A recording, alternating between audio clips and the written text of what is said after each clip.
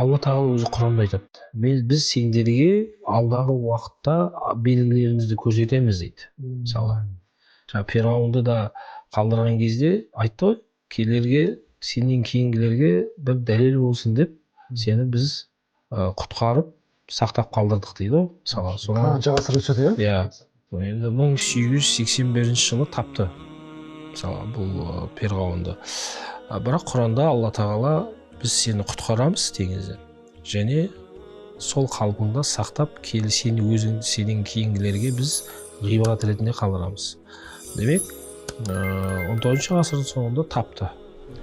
Дәлелденді. Тіпті тапқан адамдар, жаңағы Морис Букайлардың исламға келді соның нәтижесінде. Қараңыз, атақты дәрігерлер иманға келді. Алла тағала сол Фирғауын арқылы ғасырлар өтсе де, ол қай заман, Мусаның заманынан бір 35 ғасыр өтіп кеткен мысалға. Бұл және де басқа Алланың аяттары, дәлелдері ақыл иелеріне ашыла береді. Ақыл иелеріне. Түсінді? Ол бір ғылым саласына негіз болуы мүмкін, немесе сәйкестік болуы мүмкін. Ол бір маңызды емес негізінде. Ғылым Алла тағала бүкіл әлемде жаратылысқа өзінің заңдылықтарын қойды.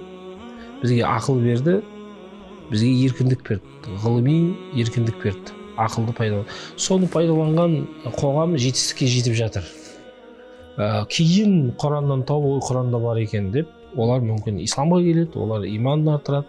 Бірақ қалай болғанда да Құран бірінші кезекте Алланың кәләмі екендігін, хақ кітап екендігін бұл дәлелдейді. Көрдіңіз ба? Өйткені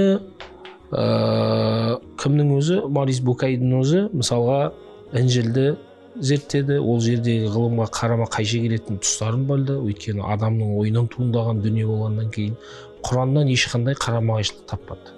Құран оны өзі айтып қойған. Керісінше барлық аяттар Құрандағы ғылыми негізі бар аяттар ғылымға сәйкес келіп негіз болып жатыр.